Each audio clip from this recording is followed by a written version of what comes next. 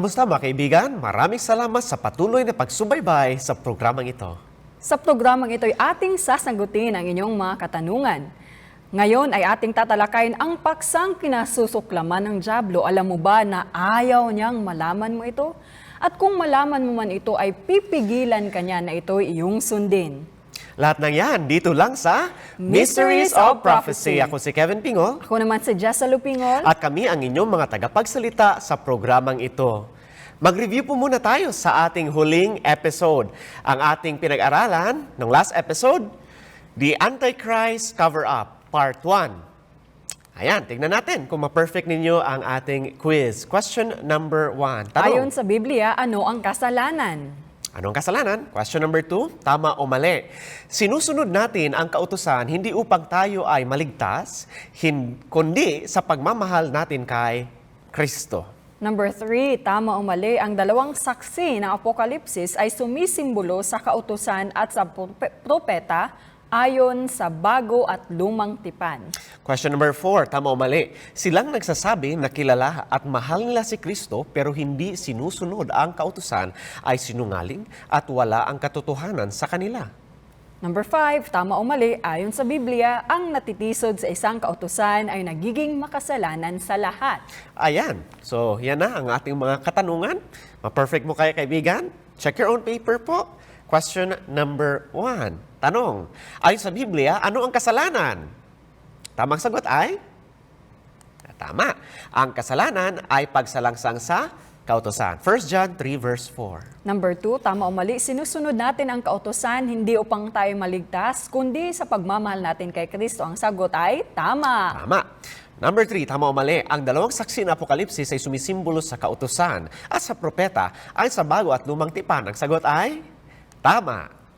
Number 4, silang nagsasabi na kilala at mahal nila si Kristo pero hindi sinusunod ang kautusan ay sinungaling at wala ang katotohanan sa kanila. Ang sagot ay tama. Number 5, tama o mali. Ayon sa Biblia, ang natitisod sa isang kautusan ay nagiging makasalanan sa lahat. Ang sagot po ay Tama. tama. Very good. Matisod lang tayo sa isa, naging makasalanan tayo sa lahat. May ilang utos po ba sa 10 utos? 10. Pero karamihan sa mga tao ngayon, 9 na lang daw. Well, sabi ng Biblia, 10 ang 10 utos. Ang ating susunod na episode, mga kaibigan, ay ating pong tutunghayan mamaya-maya. Kung hindi nyo po nakita ang ating last episode, pwede nyo pong makita yan sa ating website, www.amazingfactsphilippines.org. At ang iba pang mga future episodes ng programang ito ay nandyan din po sa website. Kung gusto nyo rin mag-avail ng handout, bawat program po natin, ay meron po tayong libreng handout. Pwede nyo po i-download yan sa ating website. Ang ating handout sa episode na ito, The Lost Day of History. At kapag sinasagutan nyo po ang ating Amazing Facts Bible School questionnaires, pagkatapos po, kapag natapos nyo po lahat ng yan, makukuha nyo rin po yan sa website, ay makakatanggap kayo ng Amazing Facts Bible School Diploma. Anong ating pag-uusapan? Darating po natin ng mga episode. Kasunod na episode, $10,000 for missing Bible texts. And ang ating pang-10 episode, The Bible's Longest Most Amazing Prophecy. Kasunod naman ay The Mysteries of the Mummies. Napaka-exciting po ng ating pag-aaralan sa darating ng mga episode, kaya patuloy nyo lang po kaming samahan. Sa ating pagsimula sa episode na ito, manalangin tayo. Let us pray, mapagpalat mo pagmahal naming Panginoon. Maraming salamat sa pagkakataon na pag-aralan yung banal na salita. Tulungan po kami. Ipadala niyo po inyong banal na espiritu upang kami ay gabayan sa pag-aaral namin ngayon. Maraming salamat sa inyong pagdinig ng aming panalangin na ito. Sa pangalan naming Panginoon na si Jesus. Amen. Amen. Ang ating tatalakayin sa episode na ito, The Topic That Satan Hates.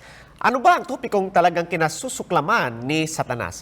Ating makikita sa ating mundo na iyon ay punong-puno ito ng mga panlilinlang. Ginagawa ng dyablo ang lahat ng paraan para hindi natin malaman kung ano ang katotohanan. Kagaya na lang ng nangyari sa kapanahunan ni Noe, milyong-milyong katao ang hindi naligtas dahil hindi sila naniwala sa mensahe ng Panginoon na kanyang ibinigay sa pamamagitan ni Noe. Sa katunayan, 8 katao lang. Sa napakaraming mga tao, 8 lang ang nakapasok sa arka. Yes. Magiging katulad kaya tayo sa mga tao na hindi naligtas noong kapanahonan ni Noe? Sabi ng Biblia sa Matthew 24 verse 37, at kung paano ang mga araw ni Noe, gayon din naman ang pagparito ng anak ng tao. Sa kapanahonan ni Noe, maraming mga tao ang nalinlang. Pero nagpapasalamat tayo sa ating Panginoon dahil binibigyan niya tayo ng katotohanan. Ayon sa Juan Kapitulo 8, versikulo 32, at inyong makikilala ang katotohanan at ang katotohanan ay magpapalaya sa inyo. Gusto mo bang lumaya, kaibigan? Gusto ko rin lumaya, Sir Jasalo. Yes. Kaya dapat matuto tayo sa katotohanan at lalong-lalo na ito ay Tuparin. dapat din nating tuparin. Kasi walang halaga ang katotohanan kapag alam lang natin ito pero hindi pa rin natin tinutupad. Ayon po sa propesiya ng Daniel chapter 12 verse 4, hanggang sa panahon ng kawakasan, ang kaalaman ay lalago. Kaya nga, habang palapit tayo ng palapit sa muling pagdating ni Jesucristo, ay mas marami pang mga tao ang makakaalam sa katotohanan. Kaya nga, napakahalagang katotohanan din ang ating pag-aaralan ngayon at ako'y naniniwala na ito ay katuparan ng hula na iyan sa Daniel chapter 12 verse 4. Sabi sa John 8 verse 32, basahin po natin lahat muli.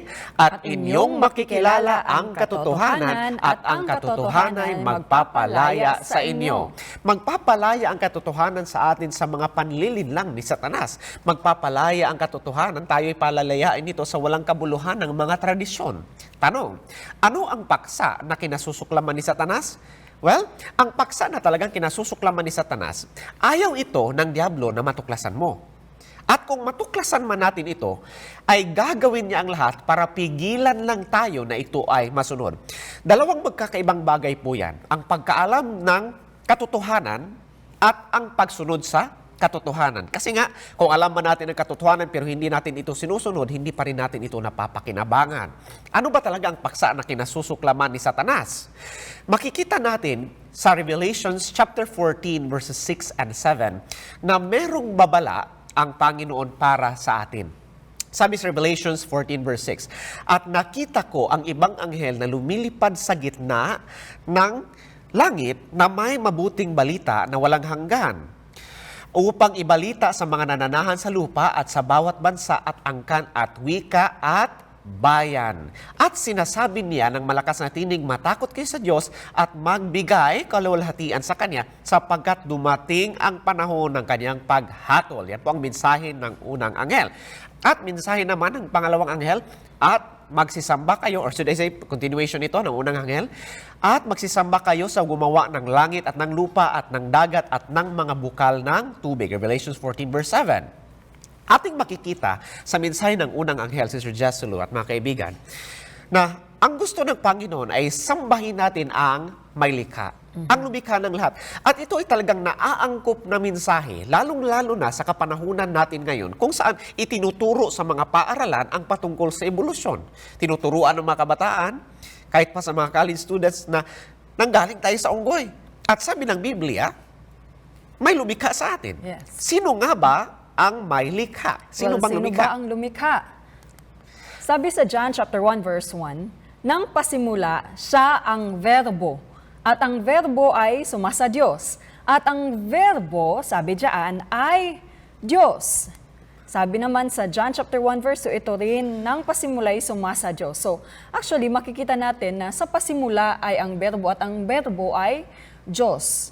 Tanong, sino yung verbo na Yes, yan? ang verbo na yan ay makikita natin sa John chapter 1 verse 14 na sabi diyan, and the word became flesh sa English. So wala pong iba, yan po ay si Jesus na tinuktukoy diyan. Ngayon, anong ginawa ni Jesus? Kung si Jesus ang sa John chapter 1 verse 1, anong ginawa niya? Sabi naman sa John chapter 1 verse 3, ang lahat ng mga bagay ay ginawa sa pamamagitan niya.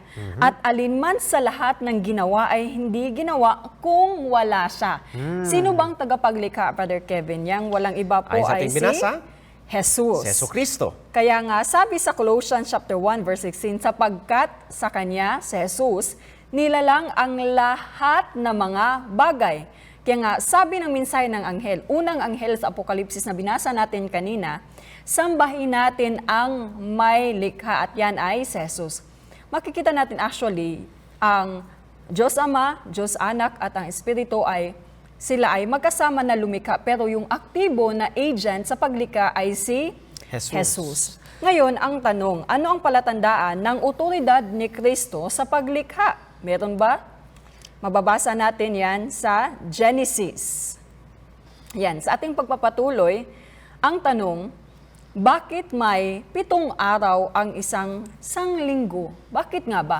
Makikita natin actually na yung buwan, yung taon, tsaka yung araw, meron silang astronomical na explanation kung bakit meron silang time frame. Pero kapag sinabing yung weekly cycle, bakit nga ba may 7 araw sa isang sanglinggo, Brother Kevin? Kung ating pagbabasihan ng Biblia, napakadali lang ng sagot. Yes. May 7 araw ang isang sanlinggo sapagkat gumawa ang Diyos sa loob ng 6 na araw at nagpahinga sa ikapito. At yan lang ang nag-iisang sagot sa tanong na yan. Bakit may 7 Yes. araw sa isang sanlinggo? Kasi bakit tayo merong 365 days sa isang taon? Meron tayong 365 days sa isang taon because it takes 365 days para makumpleto ng Earth ang kanyang revolution around the Sun. Meron tayong 30 days per month because it takes 30 days para ang moon ay makumpleto ang kanyang revolution around the earth. At bakit tayo mayroon 24 hours sa isang araw? Well, meron tayong 24 hours sa isang araw because it takes 24 hours para ang earth ay makaikot sa kanyang axis. Pero bakit may 7 araw sa isang sanlinggo? Hindi po yan kayang sagutin ng siyensya. Ang makakasagot lamang niyan ay ang Biblia. Meron tayong 7 araw sa isang linggo kasi gumawa ang Diyos sa loob ng 6 na at araw. siya ay nagpahinga sa ikapito. Kaya nga, meron tayong 7 days in a week.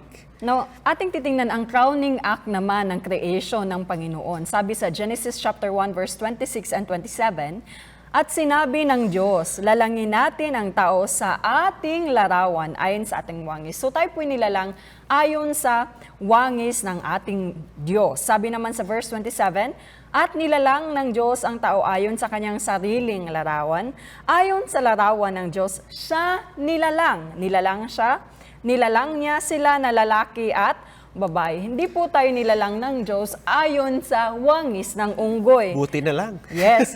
Kung kaya nga, minsan kahit yung ating ugali ay kagaya ng unggoy kapag tayo nagagalit, hindi po ako papayag na ako ay manggagaling sa unggoy. Meron pong lumikha sa atin. Sabi nga po sa Genesis chapter 2 verse 1 to 3, basahin natin. Pero bago yan, ano bang ginawa ng Panginoon sa ikapang 7 araw kung siya ay lumikha sa loob ng 6 na araw? Babasahin natin Genesis chapter 2 verse 1 to 3. At nayari ang langit at ang lupa at ang lahat na natatanaw sa mga iyon.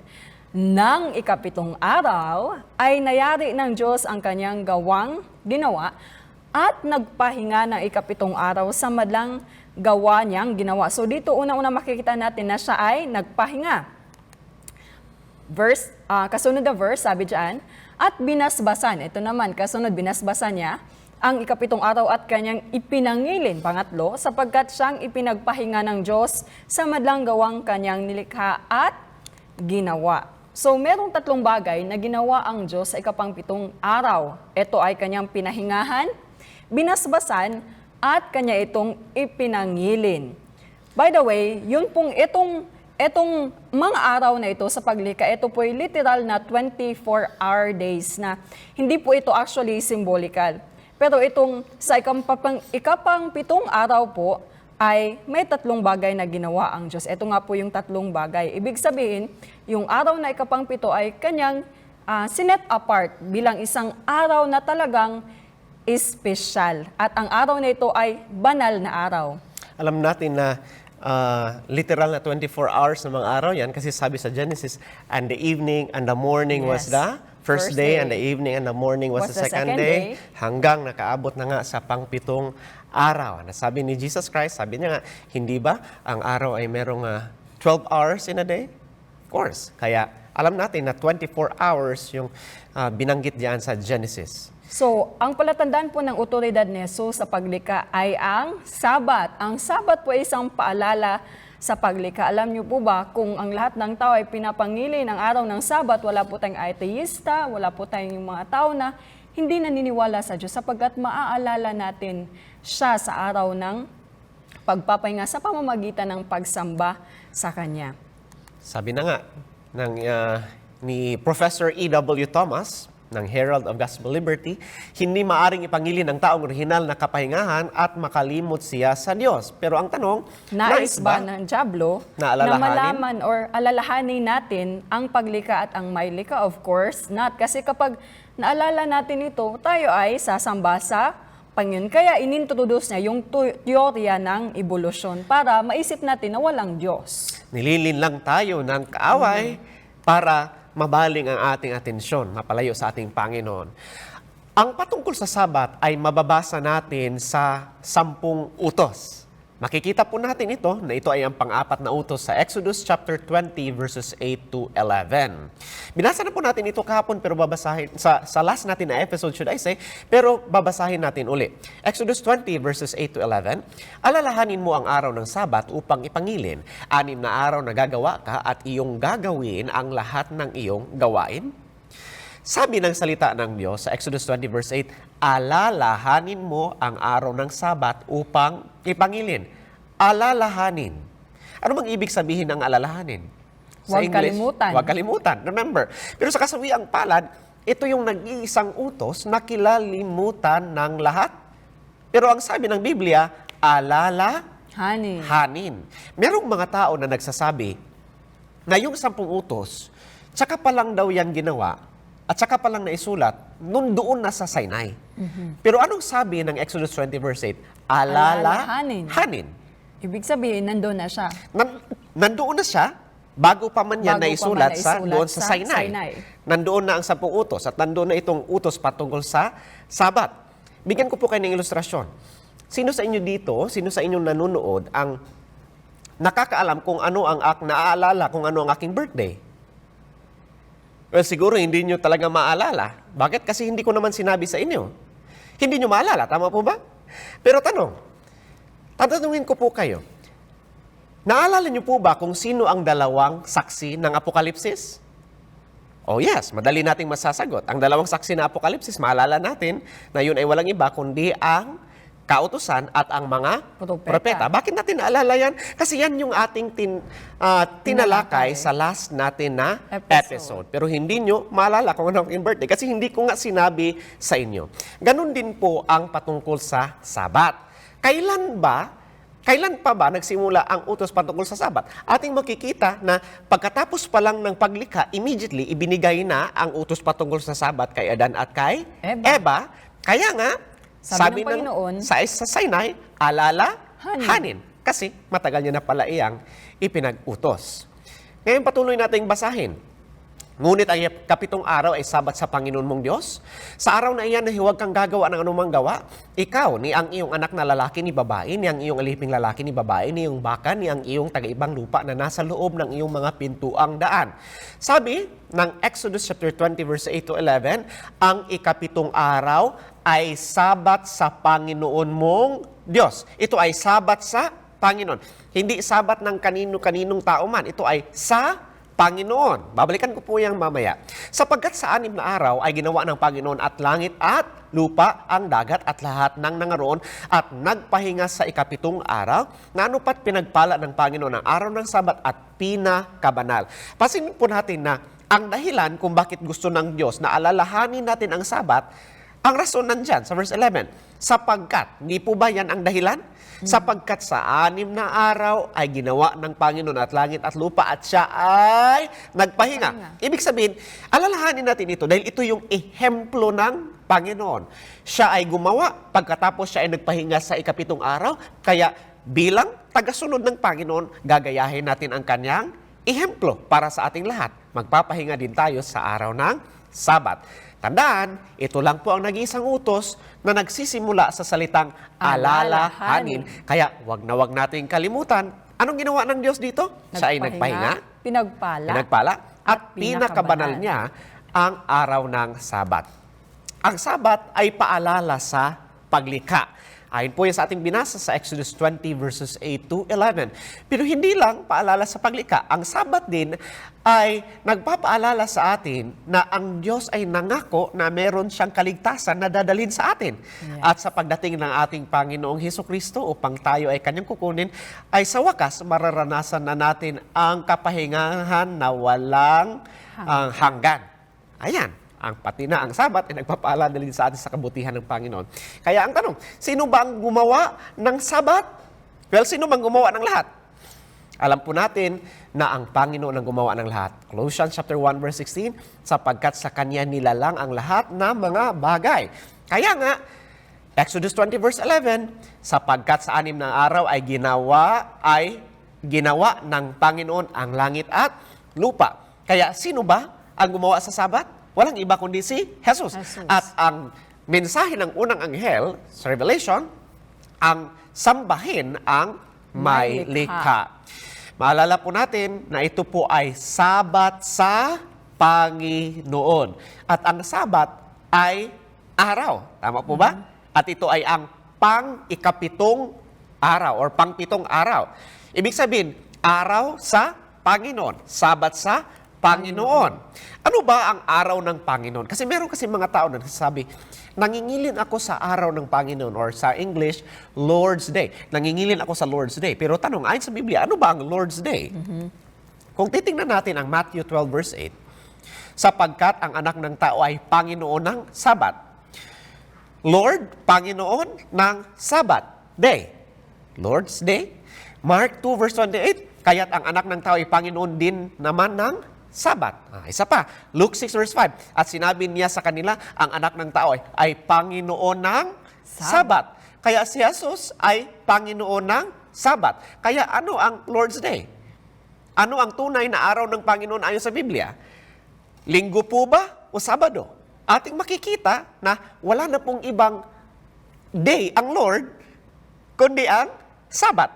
Kaya yan ang Lord's Day.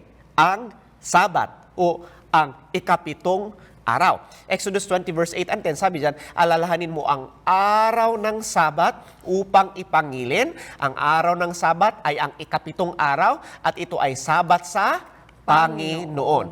Ayon sa Biblia, ikapitong araw, Sabat sa Panginoon. Pangilang araw ba? Anong araw ba ang Sabat?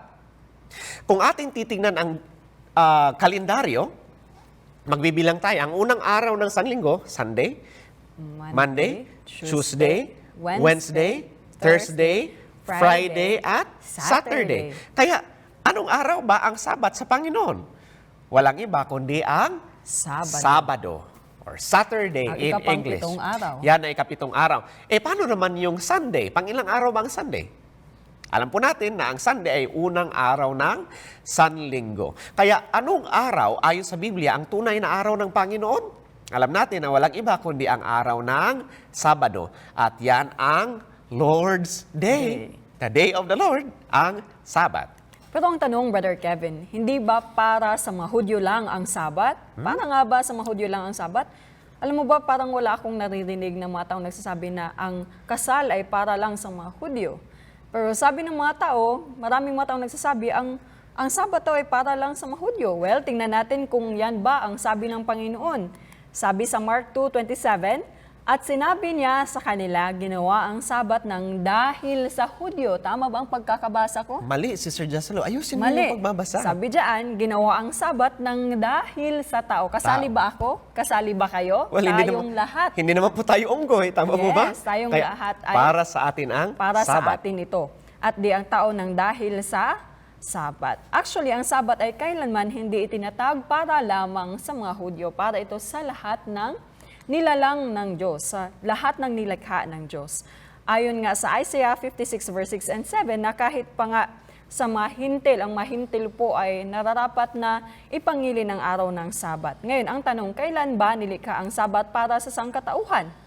Yan po ay nilikha doon pa man sa kapanahunan ng paglikha ng Panginoon doon sa Eden. Kaya ang lingguang Sabat ay hindi po bahagi ng seremonyal na kautusan sapagkat ang Sabat ay itinatag bago pa man ang kasalanan. Napakalinaw po na sinasabi ng salita ng Diyos. Bago pa nagkasala ang tao, ay tinatag na ang Sabat. Nabanggit na aking asawa yung patungkol sa kasal. Kasi nga po, kasabay ng Sabat, itinatag din ang kasal nung nilikha ng Diyos ang tao pagkatapos ng 6 na araw. Pero ang Sabat, para ba sa mga Hudyo lang yan? Hindi. Para sa ating lahat. Marami po tayong natututunan sa ating pag-aaral, pero nangangalhati pa lang tayo. Magkakaroon muna tayo ng patalastas.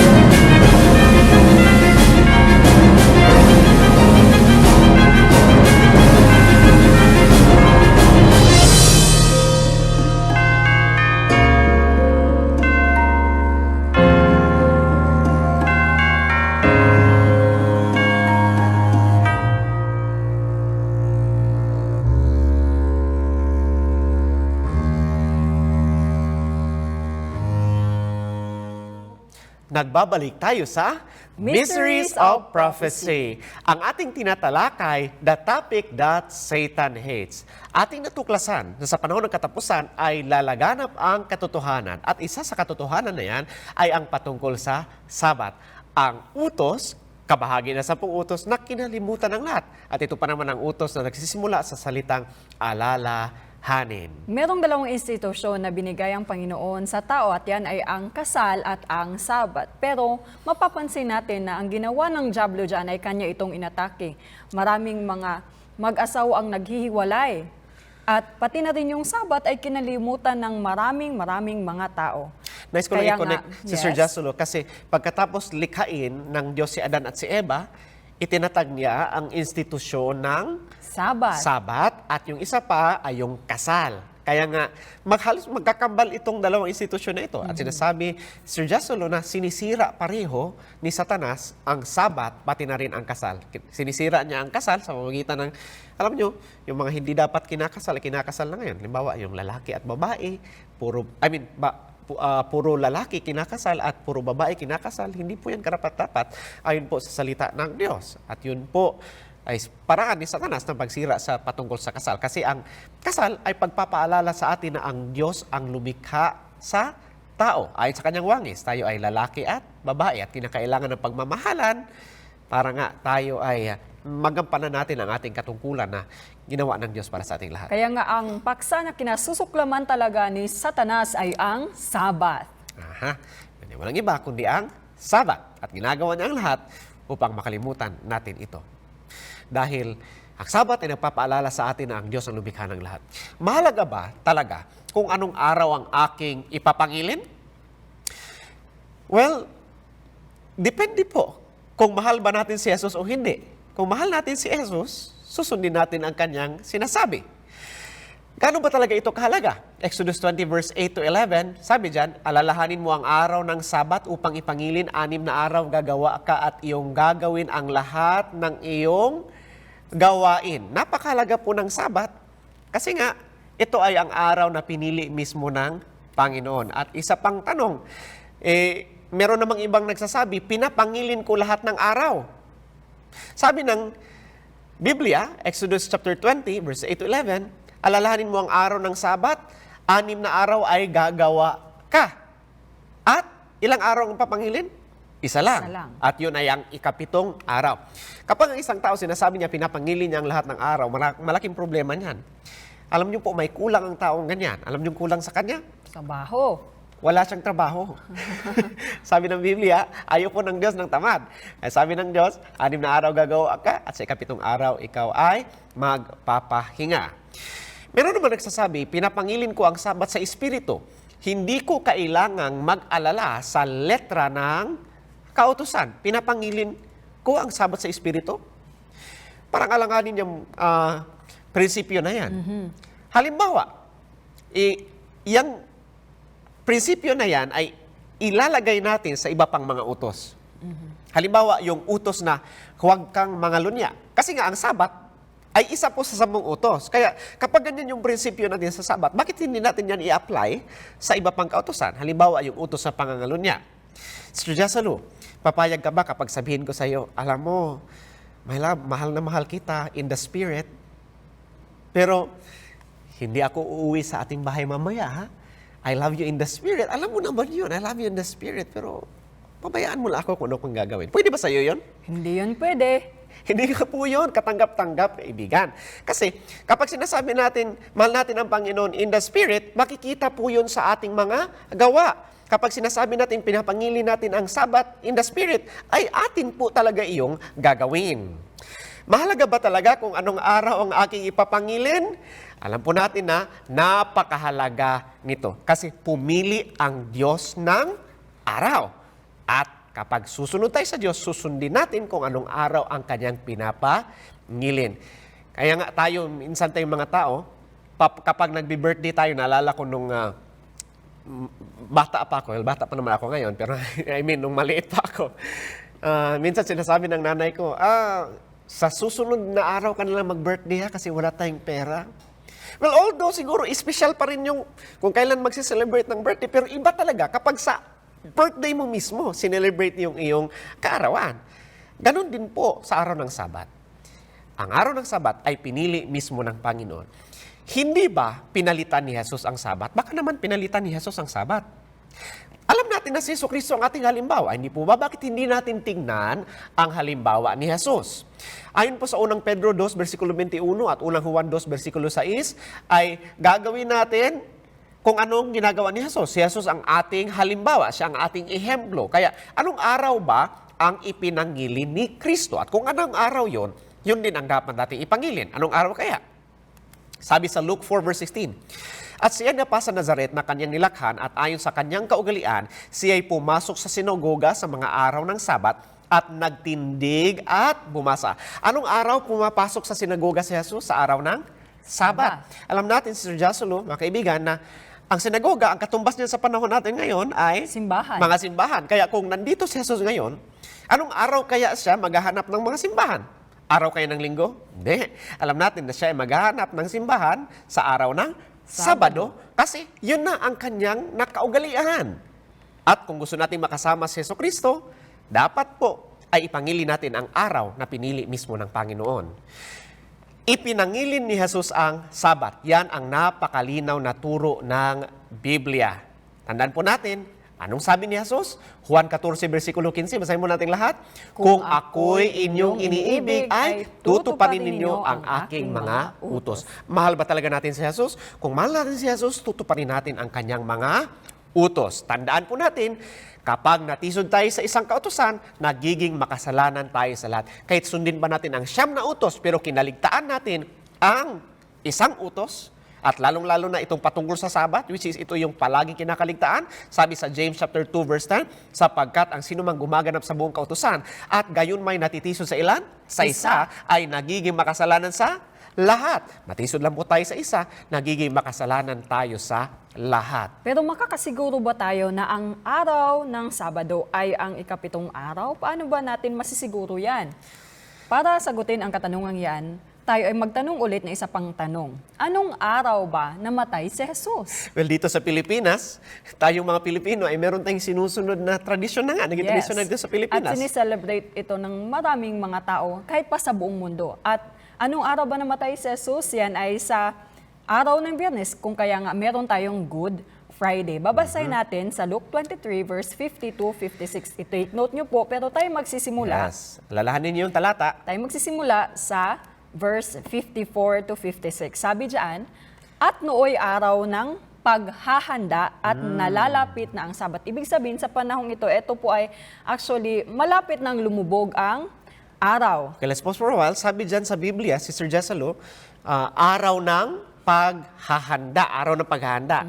Kasi ang tawag sa mga araw sa Biblia, alimbawa, kapag Biyernes na, ang tawag dyan ay araw ng paghahanda. Kaya tawag dyan, araw ng paghahanda. At sabi, nalalapit na ang Sabat. Malapit nang lumubog ang araw. Kaya ang araw na ito ay Friday, kung kailan namatay si Jesus. Sabi naman sa patuloy po nating basahin, verse 55, at ang mababae na nagsisama sa kanya mula sa Galilea ay nagsisunod at tiningnan ang libingan at kung paano ang pagkalagay ng kanyang bangkay. So sumunod ang mababaeng ito at sila'y nagsiuwi. Bakit sila umuwi? At nangaghanda ng mapabango at mga ungwento. Yan. At ng araw ng Sabat, kinabukasan, sila ay nangagpahinga ayon sa utos. Saang utos yan? Well, 10 utos. Sa 10 kautosan. Sila po ay Mapapansin nagpahinga. natin na yung mga alagad ni Jesus, yung mga nagmamahal sa Kanya ay nangingilin sa araw ng Sabat ayon sa utos. At yan po ay kahit pa pagkatapos ng kamatayan ni Jesus doon sa krus. Ang Sabat po sa Biblia, ang araw pagkatapos ng Biyernes. Ay, anong araw yun, Sister Jessalo? Yan ay walang iba, ang ika-7 araw ang Sabado. Ngayon, sino pa ba ang nagpahinga sa araw na iyon, sa araw na ika-7 araw? Walang iba po si Jesus. Siya ay nagpapahinga sa kanyang libingan. Kahit sa kamatayan ay ipinangilin pa rin ni Jesus ang Sabat, or should I say, nagpahinga siya sa araw ng Sabat. Pagkatapos niyang nilikha ang lahat ng kanyang ginawa, siya ay nagpahinga pagkatapos niyang ginawa ang paggawa sa pag-save or pagliligtas sa kanyang mga tao, ay kanyang pinangilin ang Sabat. Ngayon, ano bang araw ang muling pagkabuhay ni Jesus? Yan, walang iba ay sa araw ng Linggo, ang unang araw ng Sanglinggo. Kaya nga meron tayong Easter Sunday. Mababasa natin yan sa Luke 24 verse 1-3. Sabi diyan, datapwat ng unang araw ng Sanglinggo, pagkaumagang-umaga ay nagsisiparoon sila sa libingan na may dalang mga pabango na kanilang inihanda. Kailan nila ito inihanda? Sa araw ng paghanda noong Biyernes. Tapos pumunta sila sa libingan ni Jesus. At nasumpungan nilang na igulong na ang bato mula sa libingan at sila'y nagsipasok at hindi nila nangasumpungan ang bangkay ng Panginoong Jesus. Bakit? Sapagkat siya ay nabuhay ng muli. Now, dito natin makikita na actually dito sa Pilipinas at kahit pa sa ibang parte ng mundo, yung unang araw nila ay Monday. Pero makatotohanan po ba ng unang araw ay Monday? Hindi po, dahil kung Monday ang unang araw, siguro magsiselebrate tayo ng Easter Monday, hindi sa Sunday, ang araw ng muling pagkabuhay ni Jesus. Ngayon, makikita natin ang mga pangyayari ayon sa pagkasunod-sunod nito. Nung Biyernes, araw ng paghahanda, ay ang araw din na namatay si Jesus. Nang Sabado pa ay araw ng Sabat, kaya ang kanyang mga disipulo ay nagpahinga pati si Jesus.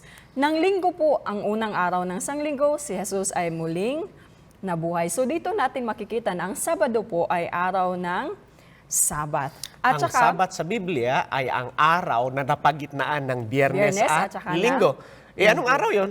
walang iba ang Sabado. At by the way po, sinulat ni Lucas ang gospel na ito 35 years after po ng muling pagkabuhay ni Jesus. At wala pong nakasaad sa kanyang sinulat na ang araw na kanilang pinapangilin ay araw ng Linggo. Ngayon, tingnan natin ang 5 paraan upang matukoy ang tunay na Sabat sa ikapitong araw.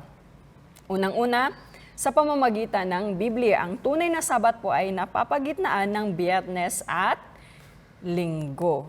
Ayan. Pangalawa, sa diksyonaryo or encyclopedia, Sabado po, ibig sabihin ay Ikapitong araw. ikapitong araw. Next, ang kalendaryo, ang pang-pitong araw, walang iba ay ang Sabado. At And then, ang mga Hudyo, kung tatangin po ninyo kung ano ang ikapitong araw, yan po walang iba ang Sabat. kahit sa panahon natin ngayon, Sabado pa rin ang araw kung kailan nangingilin ang mga Hudyo. Hudyo. At panglima, Ang masalita po sa buong mundo. Sa sobra 140 wika, ang pang-pitong araw ng sanglinggo ay tinatawag na Sabat. For example, sa Spanish, ang ikapang-pitong araw ay tinatawag na Sabado. Sa Russian naman sa Ibota, sa Arabic ay Al-Sabit.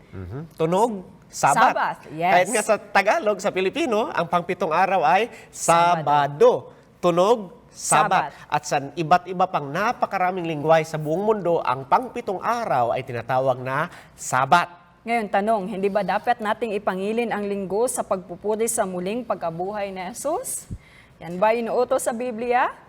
Hindi po. Anong teksto ba sa Biblia ang nag-uutos sa atin na ipangilin ang araw ng linggo bilang pagpupuri sa muling pagkabuhay ni Jesus? Actually, wala po tayong makikita kahit saan man sa Biblia. Ngayon, ang tanong, mapupuri ba natin ang Diyos sa paglabag ng kanyang kautusan? Hindi po. Kaya, kailangan tayong sumunod sa kanya. Alam niyo po ba na merong isang bagay na siyang nakapaggagawa na tayo Nakapagpapaalala sa atin nakapagpapaalala sa atin sa muling pagkabuhay ni Jesus. sa muling pagkabuhay ni Jesus. At yan po ay walang iba ang pagpapabautismo. At yan po ay mababasa natin sa Romans chapter 6 verse 3 and 4.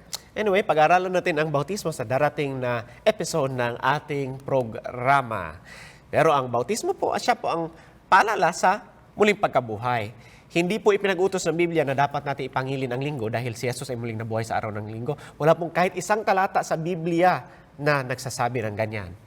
Meron namang iba pang mga tutol, pangkaraniwang tutol na ito actually patungkol sa Sabat. Meron mga nagsasabi, wala na tayo sa ilalim ng kautusan, nasa ilalim na tayo ng biyaya. No question, totoo. Nasa ilalim na tayo ng biyaya. Pero ibig sabihin ba, nasa ilalim na tayo ng biyaya ay sasalangsangin na natin ng kautusan? Hindi. Hindi po. Kaya nga sabi sa Romans 16, chapter 6, verse 14 and 15, sapagkat ang kasalanan ay hindi makapaghari sa inyo, sapagkat wala kayo sa ilalim ng kautusan, kundi sa ilalim ng biyaya. Verse 15, ating titingnan. Sabi dito sa verse 15, ano nga, magkakasala baga tayo dahil tayo'y wala sa ilalim ng kautusan, kundi sa ilalim ng biyaya? Ang sagot ay huwag nawang mangyari. Sabi mismo ni Pablo, hindi ibig sabihin na nasa ilalim na tayo ng biyaya ay sasalangsangin na natin ng kautusan. Ibig sabihin, magkakasala na tayo, pero hindi po ganoon. Sabi nga, dahil nasa ilalim tayo ng biyaya, dapat gusto pa nating sundin ang Panginoon. Sabi po sa John 14:15, meron kasi mga nagsasabi, walang makakasunod sa 10 utos, hindi natin kayang sundin yung 10 utos. Sabi ng, may ilan ako mga tao na narinig na ganyan na sinasabi. Pero kung ganun, ibig sabihin, nagkamali pala si Jesus. Sabi ni Jesus kasi sa John 14:15, kung ako'y inyong iniibig, ay tutuparin ninyo ang aking mga utos. Ibig sabihin, kung totoo yan, walang tao ang makatunay na iibig kay Jesus. Dahil sabi ni Jesus, kung ibigin niyo ako, tutuparin ninyo ang aking mga utos. Pero imposible bang gawin ang mga bagay na pinag-utos ng Diyos? Hindi. Utusan ba tayo ng Diyos na isang bagay na hindi natin kayang gawin? Hindi. Natural, hindi. Kaya hindi po, mali pong konsepto yan na walang makakasunod sa 10 utos. Tandaan po natin, sabi nga sa Ecclesiastes chapter 12 verse 13, ito ang wakas ng bagay, lahat ay narinig, ikaw ay matakot sa Diyos at sundin mo ang kanyang mga utos sapagkat ito ang buong katungkulan ng tao. 1 Corinthians 7 verse 19, isa pang talata, ang pagtutuli ay walang anuman at ang di pagtutuli ay walang anuman, kundi ang pagtupad sa mga utos ng Diyos. Mas mahalaga pa po ang pagtupad sa utos ng Diyos kaysa pagpapatuli. Napakaliwanag na sinasabi ng salita ng Diyos. Isa pang talata, 1 John 2 verse 3 and 4. At sa ganito ay nalalaman natin na siya ay ating makikilala kung tinutupad natin ang kanyang mga utos. Ang nagsasabing nakikilala ko siya at hindi tumutupad ng kanyang mga utos ay sinungaling. Hindi po kami nagsasabi niyan. Ang Biblia nagsasabi niyan at ang katotohanan ay wala sa kanya. Kapag hindi natin sinusunod ang kautusan, tayo ay sinungaling. Meron namang mga taong nagsasabi, aming ipinangingilin ang araw ng Panginoon. Well, ano ba ang araw ng Panginoon? Sabi sa Matthew 12 verse 8, sapagkat ang anak ng tao ay Panginoon ng Sabat. Sabat ng Panginoon. Ang Sabat ay araw, tama ba? Yes. So ano ang araw ng Panginoon? Alam natin na ang araw ng Panginoon ay walang iba kundi ang Sabat. Bigyan ko pa kayo ng isa pang talata, Isaiah 58 verse 13. Kung iyong iuurong ang iyong paa sa Sabat, sa paggawa ng iyong kalayawan sa aking banal na araw, ano daw po? Aking banal na araw. Ang Diyos mo nagsasalita dyan. Ano ba ang banal na araw para sa Diyos? Yan ay walang iba kundi ang araw ng Sabat. Yan ay kaniyang banal na araw. Ayaw ng Diyos na lapastanganin natin ang araw ng Sabat. Nasasaktan ng Diyos kapag nilapastangan natin ang Sabat. Halimbawa na lang kapag merong taga-ibang bansa na pumunta dito sa Pilipinas at inapakan ng ating bandera. Anong mararamdaman nating mga Pilipino? Natural, masakit. At masasaktan din po ang Panginoon, nasasaktan ang Panginoon kapag nilalapastangan natin ang kaniyang banal na araw. Meron namang nagsasabi, ang kautusan sa Sabat ay hindi muling itinatag sa bagong tipan.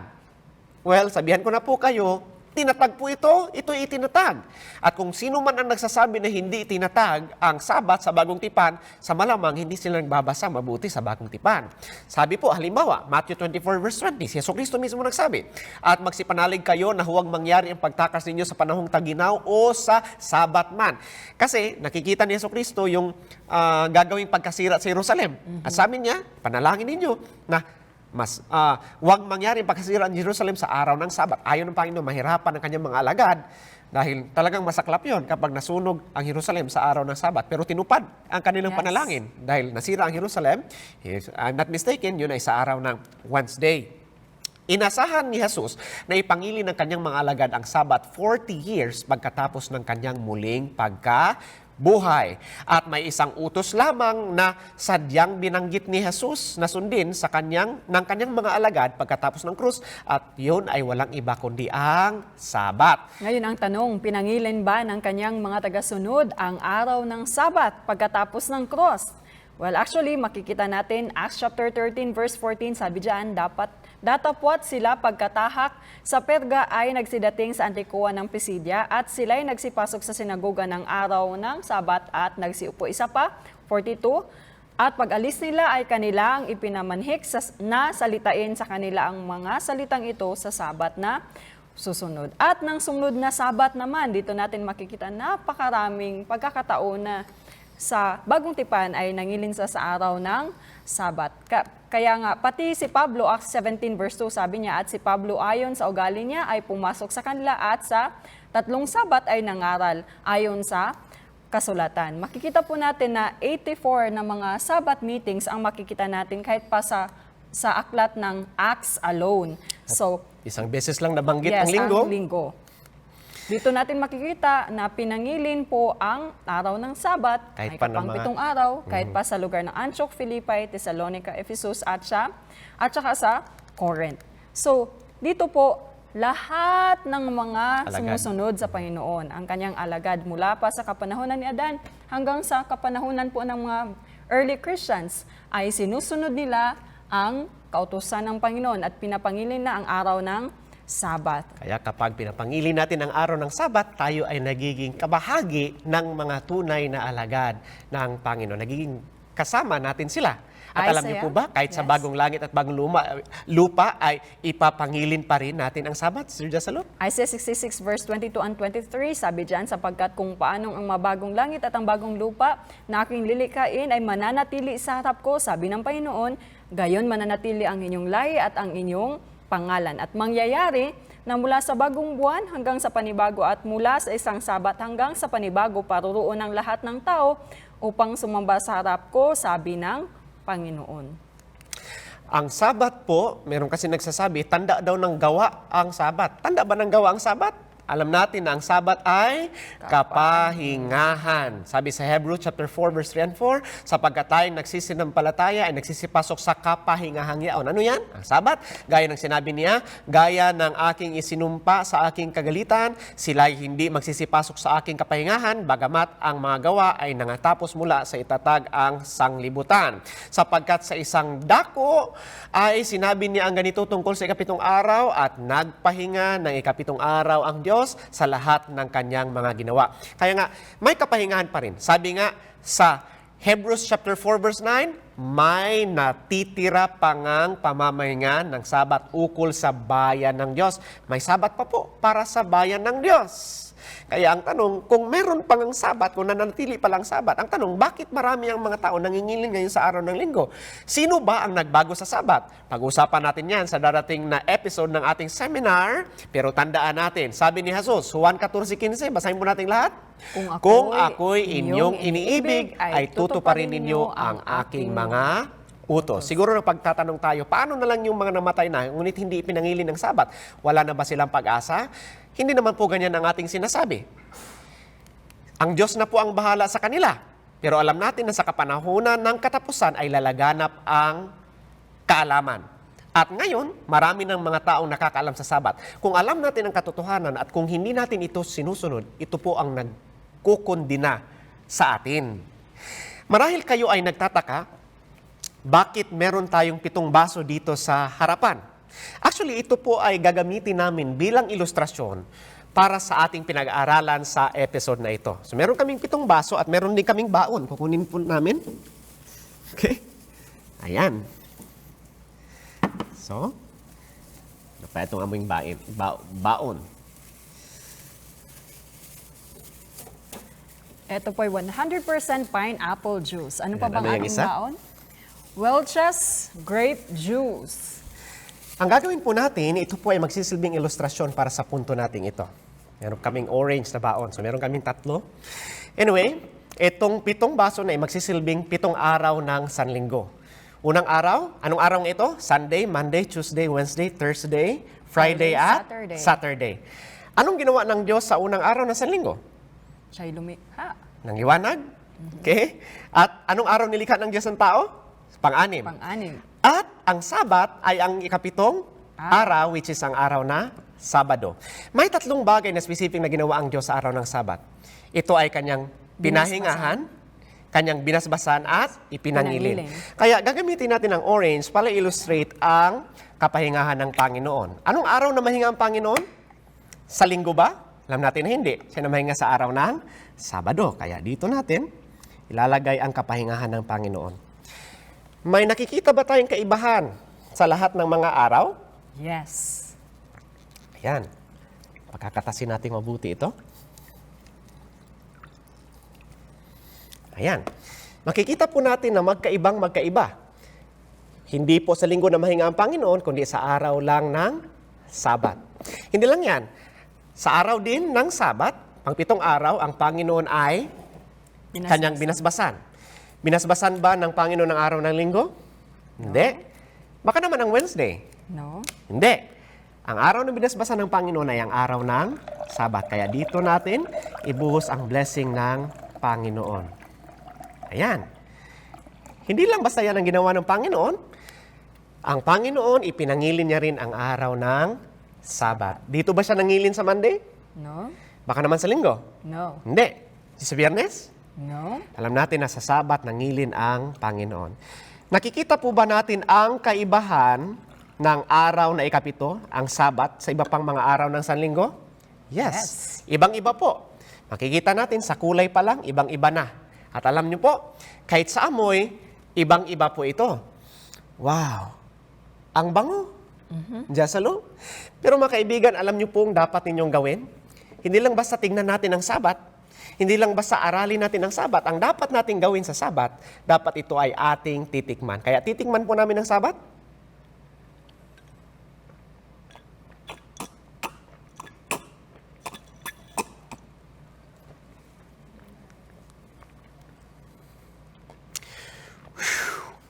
Ang sarap ng Sabat. Ayan, gusto ko pa.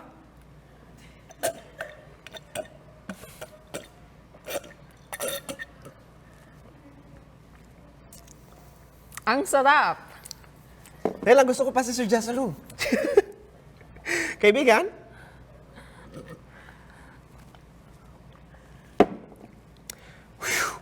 sabi ng Juan, Kapitulo 14, versikulo 15, kung ako ay iyong iniibig, ay tutuparin niyo ang aking kautusan. Kaibigan, gusto mo bang sabihin kay Jesus, Panginoon, tulungan mo ako upang aking matupad lahat ng iyong mga utos? Kung yan ang sinasabi ng iyong puso, pwede mo ba ipakita yan sa pagtaas ng iyong kanang kamay? Nakikita ikaw ni Jesus at tutulungan niya tayo na tuparin ang kanyang 10 utos. Muli po sa susunod na episode, kita-kita po tayo. Lahat ng yan dito lang sa Mysteries of Prophecy.